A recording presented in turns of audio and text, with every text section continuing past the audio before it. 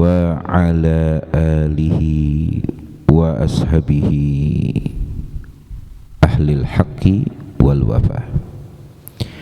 Allahumma salli wa sallim ala sayyidina Muhammadin al-fatihi lima ughliq wal khatimi lima sabaq nasiril haqqi bil haqq wal hadi ila siratikal mustaqim wa ala alihi wa sahbihi haqqa qadrihi wa miqdarihi al-azim. Amma ba'du. Alhamdulillah, kita bersyukur kepada Allah Subhanahu wa taala atas petunjuk yang baik, akidah yang baik, tuntunan yang baik. Ketika kita berada di jalan yang baik, keyakinan yang baik, ajaran yang baik, tuntunan yang baik, bersyukur kepada Allah terutama di zaman ini. Makanya kita minta selalu ya, setiap hari 5 kali di dalam salat kita apa? Ihdinas siratal mustaqim. Itu yang kita pinta. Memohon kepada Allah untuk ditunjukkan kepada kami jalan yang lurus, jalan yang Engkau ridhoi, jalan ghairu mu'wajin, yang tidak bengkok kanan, yang tidak bengkok kiri. Ihdinas siratal mustaqim. Yang artinya rusaknya akidah itu mempunyai ngaruh yang begitu besar. Salahnya tuntunan tidak akan menyampaikan Anda kepada Allah, bahkan akan menjadi cilaka untuk diri kita. Nah, apabila kita sudah di bawah tuntunan yang baik, tarbiyah yang baik, ajaran yang baik, syukur sama Allah. Jangan disia-siain, jangan tergoda kanan, jangan tergoda kiri, jangan terpicu dengan keadaan yang ada yang bisa merusak akidah Anda dan keyakinan Anda, yang ditakutkan Anda bergeser dari ihdinas siratal mustaqim setelah Anda pegang teguh, Anda jalankan terutama di akhir zaman.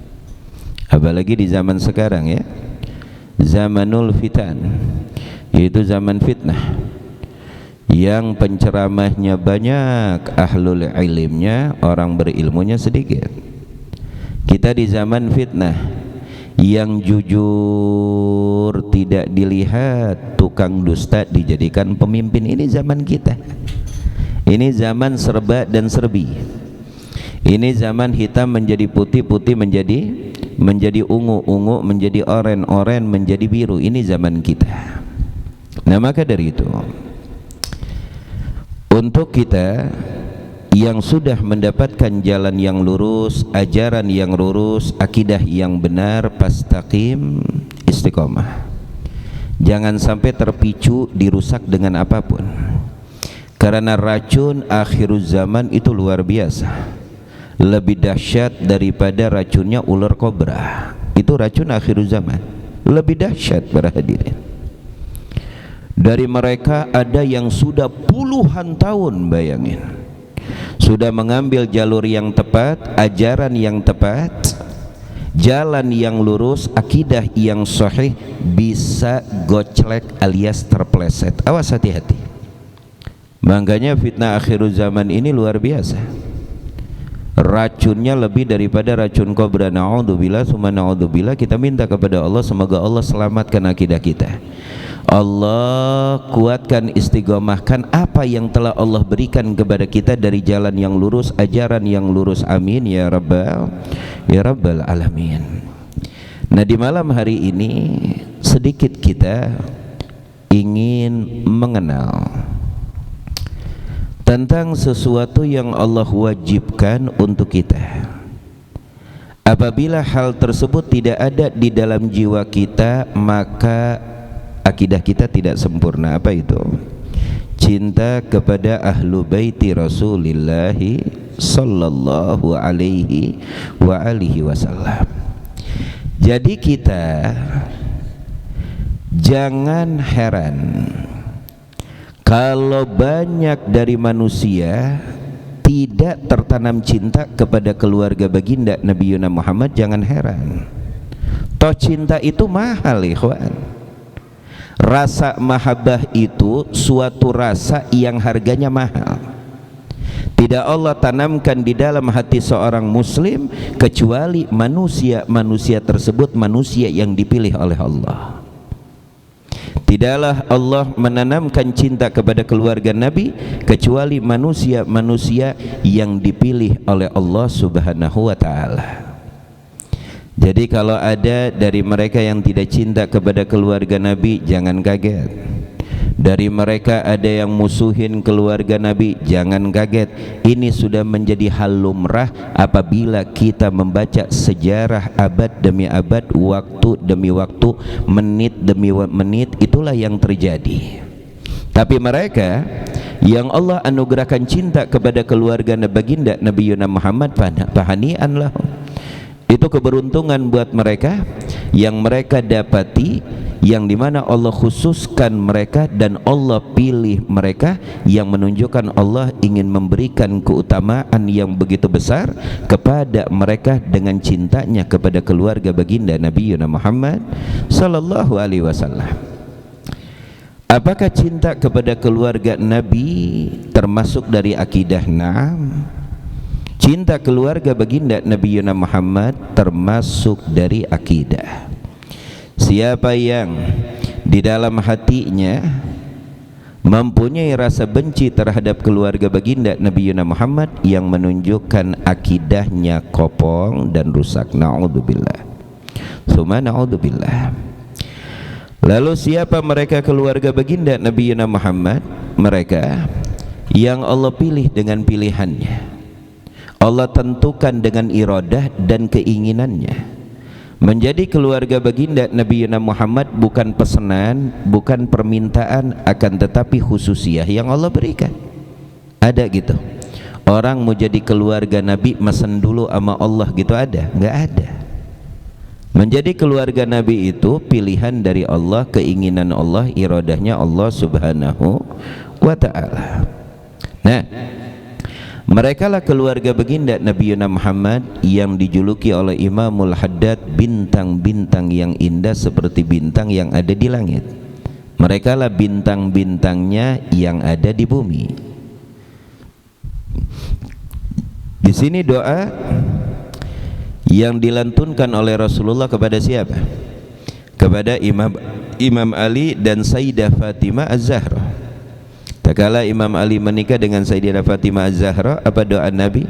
Barakallahu lakuma wa as'ada jaddakuma wa akhraja minkuma katsirat thayyib. Semoga Allah melimpahkan keberkahan kepada engkau wahai Fatimah dan Ali, dan semoga engkau berdua bisa membahagiakan, membanggakan, dan juga di situ ada doa Nabi, dan semoga Allah mengeluarkan keturunan-keturunan al-katsirat thayyib, yang banyak, yang thayyib, yang soleh, ahlul ilim di dalam segala-galanya. Nah, ini doa dari baginda Nabi Muhammad. Semoga Allah mengeluarkan anak keturunan yang banyak dan thayyib, soleh dan solehah, dari engkau wahai Fatimah dan dari engkau wahai Ali. Dan doa yang didoakan oleh baginda Nabi Muhammad pasti mustajab apa tidak? Pasti mustajab lah. Dan faktanya terbukti apa tidak? Faktanya terbukti, alhamdulillah.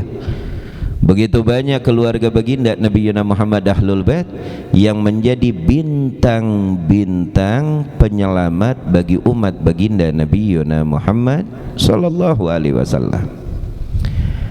Lalu di sini dikatakan, Qala Sayyidunal Imam Hujjatul Islam Al-Ghazali, Imam Ghazali berkata, syarafun nasabi min salasi jihad. Kemuliaan nasab itu ada 3 jihad. Jihad yang pertama, yang paling unggul, al-intima ila syajarati Rasulillah sallallahu alaihi wasallam, fahada la yu'adiluhu syekh. Keutamaan nisbah nasab itu ada 3 derajat.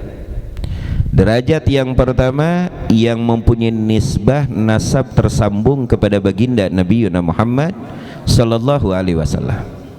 Dikatakan oleh Imam Ghazali, hadza la yu'adiluhu syekh.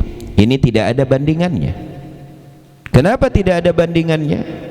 Karena yang dijadikan keluarga baginda Nabi Muhammad bukan dengan dasar pesanan atau permintaan, apalagi nyogok. Akan tetapi emang pilihan yang Allah pilih pada hamba-hambanya, dengan pilihan untuk menjadikan mereka keluarga junjungan besar kita Nabi Muhammad sallallahu alaihi wasallam. Lalu yang kedua, al-intima' ilal ulama. Nah, ini beruntung bagi mereka yang mempunyai orang tua alimun an alimin an alimin, ya, waliyun an waliyin an waliyin, ini beruntung. Kalau kita punya orang tua du ilmin, ya, yang mempunyai ilmu, punya kakek mempunyai ilmu, buyut kita mempunyai ilmu. Nah, ini intima, nisbah, kedudukan yang kedua setelah nisbah kepada Nabi, nisbah kepada mereka yang intisab kepada orang-orang tuanya yang mempunyai ilmu. Karena keberkahan orang tua yang mempunyai ilmu terkucur tidak kepada anaknya? Terkucur. Nah, maka nisbah yang tersambung kepada du ilmin, orang tua, kakek atau buyut yang mempunyai ilmu, ini nisbah yang kedua. Kenapa? Karena orang-orang yang berilmu itu warasatul anbiya, pewarisnya para nabi dan pewarisnya para rasul sallallahu alaihi wasallam. Lalu nisbah yang ketiga kata Imam Ghazali, tingkatan yang ketiga, al-intima ila ahli sholahi wa taqwa.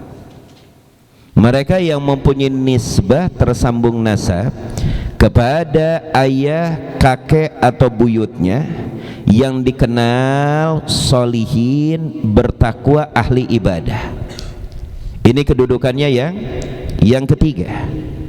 Itu yang mempunyai nisbah nasab tersambung kepada orang tua, kakek atau buyut yang mempunyai sifat kesolehan, ketakwaan kepada Allah Subhanahu wa ta'ala. Jikalau di dalam suratul Kahfi Allah menyelamatkan seorang anak yatim, anak-anak yatim, menyelamatkan dirinya dan hartanya, berkah siapa? Berkah datuknya yang ketujuh, wa kana abuhuma sholihah, yang dimana orang tua daripada anak tersebut soleh, maka keberkahan kesolehannya terus nurun sampai cucu ketujuh. Tuh kesolehan orang tua yang dikatakan oleh Sayyidina Abdullah bin Abbas, yang dimana orang tuanya yang soleh itu orang tuanya yang ketujuh, berarti kakeknya yang ketujuh. Karena di dalam Lughatul Arabiyah yang namanya abun, man waladaka wa walada man waladaka, itu namanya abun, bapak. Yang melahirkan engkau itu bapak engkau, dan yang melahirkan bapak engkau bapak engkau juga, dan yang melahirkan, yang telah melahirkan bapak engkau bapakmu juga. Yang namanya bapak sampai ke atas, yang namanya ibu sampai ke atas, terus ibu, nenek itu namanya semuanya ke atas. Paham apa tidak? Nah, itu keberkahan datuknya yang ketujuh. Allah berikan keberkahan keselamatan kepada cucunya yang ketujuh, luar biasa. Nah, itu dikatakan oleh Imam Ghazali. Qala Ibnul Arabi, berkata Imam Ibnul Arabi, fala ta'dil bi ahlil baiti khalqan fa ahlul baiti hum ahlus siyadah fa bughdhuhum minal insani khusrun hakikiyun wa hubbuhum ibadah. Al-Imam Ibnul Arabi, ahli tasawuf, beliau berkata, fala ta'dil bi ahli baiti khalqan, tidak ada setaranya bagi semua makhluk dengan nisbah yang dimiliki oleh mereka yang mempunyai nisbah intisab kepada baginda Nabi Muhammad. Fa ahlul baiti hum ahlus siyadah, dan mereka keluarga Nabi ahlul bait hum ahlus siyadah, mereka lah yang patut menjadi pemimpin di dalam segala bidangnya. Fa bughdhuhum minal insani khusrun, dan mereka yang membenci ahlu baiti Rasulillah khusrun hakikiyun, kerugian yang hakiki, yang nyata, kata Imam Ibnul Arabi. Kerugian yang nyata, kerugian yang fakta bagi mereka yang benci terhadap keluarga baginda Nabi Muhammad. Wa hubbuhum ibadah, dan cinta kepada mereka nilai ibadah yang begitu luar biasa. Nah, ini yang dikatakan oleh Imam Ibnul Arabi. Nah, lalu bagaimana kita? Ikuti para ulama-ulama kita dari abad ke abad, dari zaman ke zaman. Ikuti wasiat orang-orang tua kita. Ikuti ajaran-ajaran yang tidak pernah berubah, terpengaruh dari abad, zaman demi waktu. Jangan gara-gara ada ocehan yang baru goyang kita kepleset. Na'udzubillah, hidup cuma sementara ikhwan. Jangan sampai anda memetik su'ul khatimah di dalam hidup anda. Na'udzubillah, summa na'udzubillah. Gini, kalau kita nggak pintar ibadah, paling minimal kita wajib cerdas bagaimana nyari aman di dalam hidup. Paham apa tidak? Nyari aman aja udah alhamdulillah. Nyari aman gimana caranya? Mati baik. Gimana caranya mati husnul khatimah. Itu paling minimal ya. Jangan sampai diobok-obok ya. Jangan sampai diobok-obok. Naudzubillah. Nah, di sini ada kisah ajibah ya, yang terjadi kepada Syekh Muhammad ibnu Abi Bakar Ba'abad, seorang alim soleh wali, bukan dari keturunan Ahlul Bait. Ba'abad min ahlil Arab ya, Qabilah Ba'abad. Beliau tinggal di kota Sibam. Beliau tinggal di kota Sibam, yang dimana beliau mempunyai kelebihan yang begitu luar biasa. Apa kelebihannya?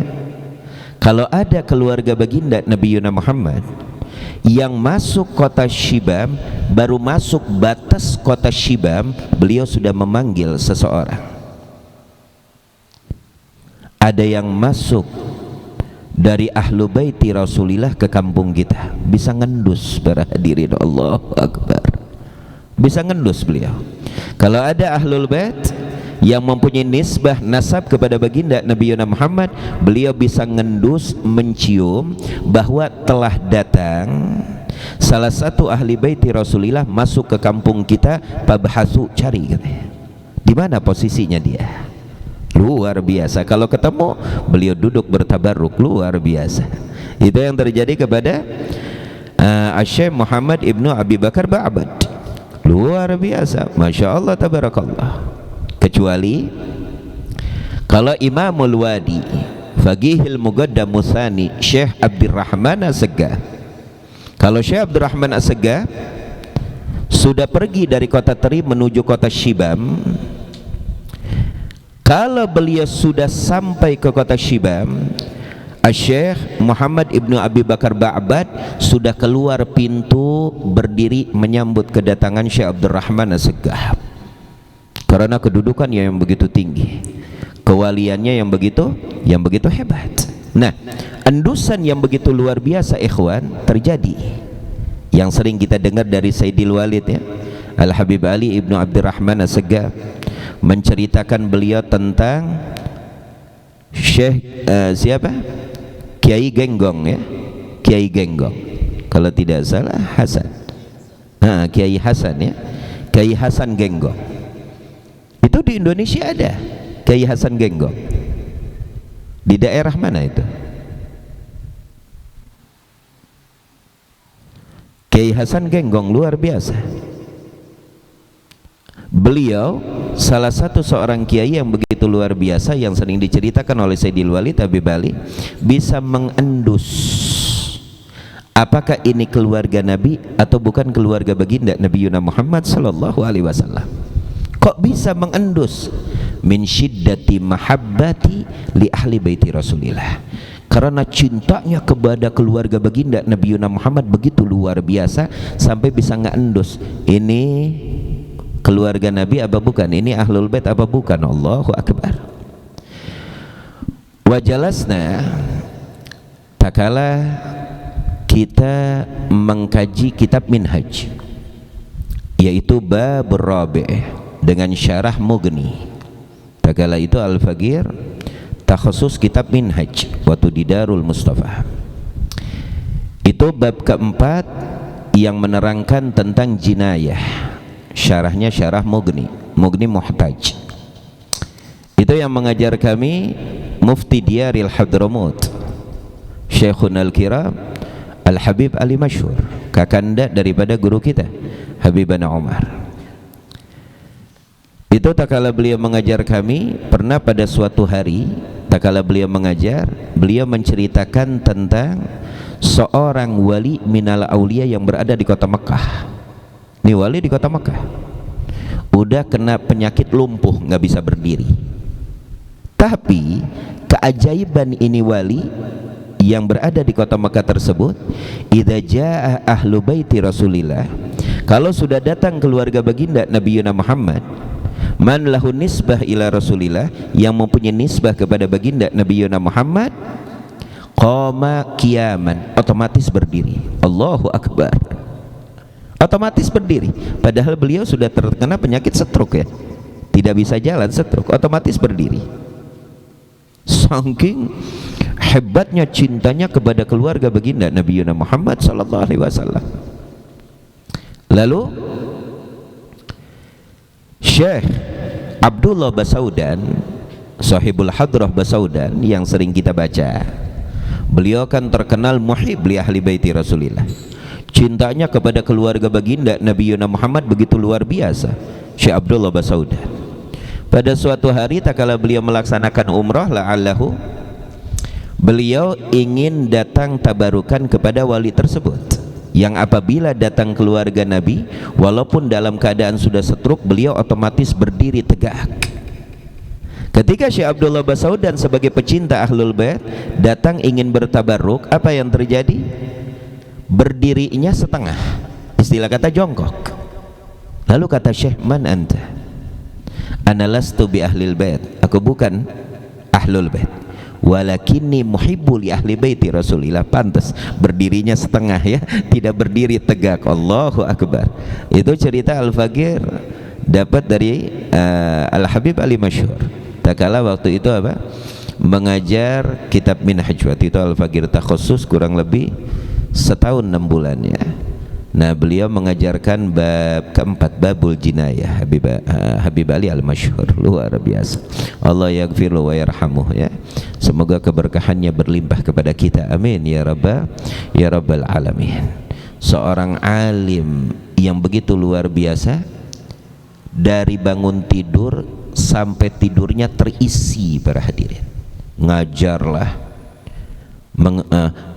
duduk di Darul Iftah, memecahkan masalah, belum memecahkan masalah antara Gobilah dan Muslimin yang ada di kota Tarim dan kota-kota yang mendekati area Tarim. Itu yang dilakukan tiap hari, bayangin, dari muda sampai beliau meninggal dunia. Allahu Akbar.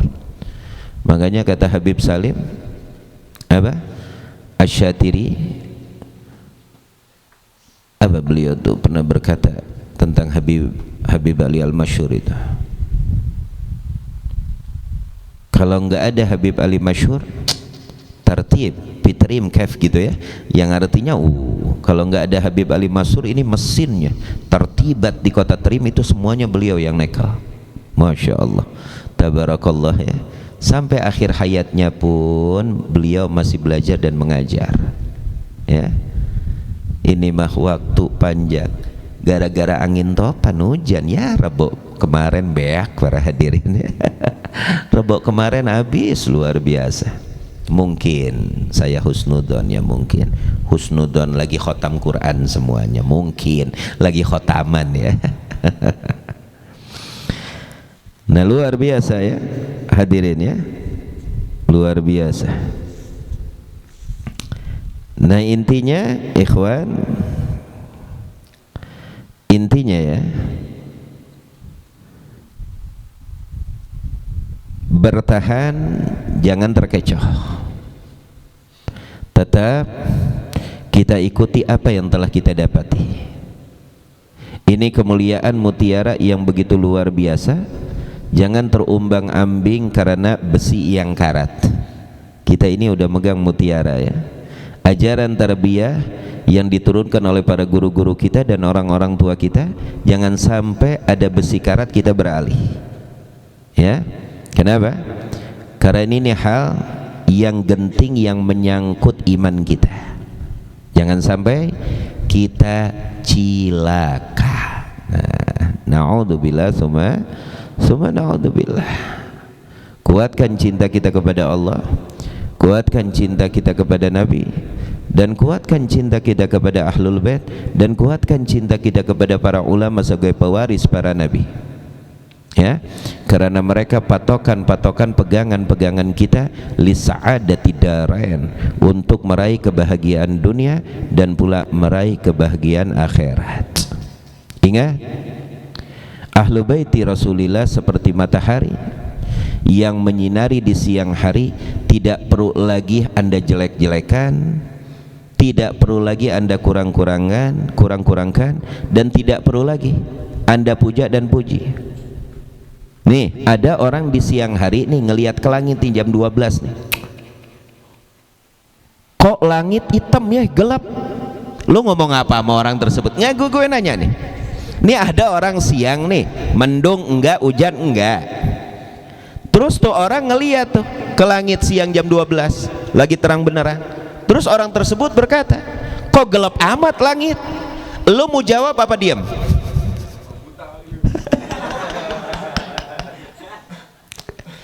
Ya paling minimal orang buta ngerasa panas, oh siang kan begitu. Ini mah nggak ngerasa panas, melek, sehat tuh.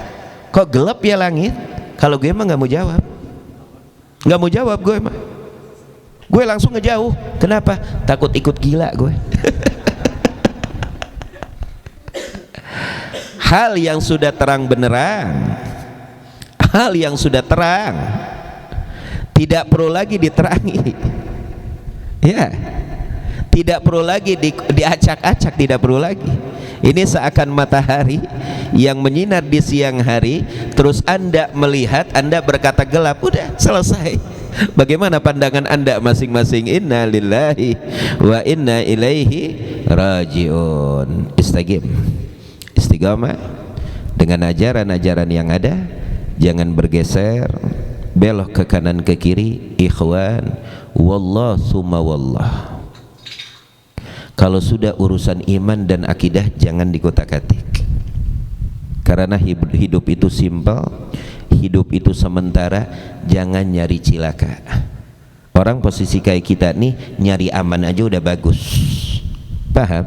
Nyari aman nih di dalam hidup, bagaimana mati baik, udah bagus banget di zaman sekarang. Jangan kutak dan katik, jangan. Udah ikutin sam'an wa ta'ah, sam'an wa ta'atan. Ya, paham dong? Jangan terpicu dengan sifat hasad, dengki, rakus, pengen meraih, paham nggak? Pengen ke depan, pengen diakuin, sehingga diterobos semuanya. Hal yang berbahaya aja diterobos karena pengen ke depan, pengen diakuin, pengen dikenal, rakus. Nah itu yang bergejolak di dalam hati mereka. Apa kesimpulannya? Al-hasad. Karena sifat hasud nggak ada obatnya di apotik 24 jam, ikhwan. Jauh-jauh kalau kita punya teman hasud, jauhin. Hasud itu na'udzubillah summa na'udzubillah, bisa dibawa mati dan pula diwariskan kepada anak cucunya tuh, na'udzubillah. Lalu sifat hasud tersebut dari mana? Iblis. Emang dasar iblis ya, udah hasad diwarisin lagi ke anak cucunya, sampai sekarang tuh anak cucu curut-curutnya iblis udah punya sifatnya hasad karena diwarisin. Na'udzubillah summa na'udzubillah. Istiqamah ya, jangan terumbang-ambing kanan dan kiri. Terus kita berbakti, mengkaji, menuntut ilmu. Jangan sampai kita bermain di ranah ujung api yang dimana Anda akan membakar diri Anda sendiri. Paham toh? Jelas apa tidak? Mudah-mudahan Allah tanamkan di dalam hati kita cinta kepada Allah, cinta kepada Nabi, dan cinta kepada ahlu baiti Rasulullah sallallahu alaihi wasallam. Karena kami tahu kami orang yang serba kurang, ibadah kurang, dosa banyak, dan kami menginginkan keselamatan tak kala mati, dan kami menginginkan untuk berkumpul kelak di akhirat bersama Nabi, keluarga baginda Nabi Muhammad sallallahu alaihi wasallam. Amin amin ya rabbal alamin. Ya Rabbana atarafna, ya Rabbana atarafna bi annana tarafna wa annana asrafna ala al-ghashraf.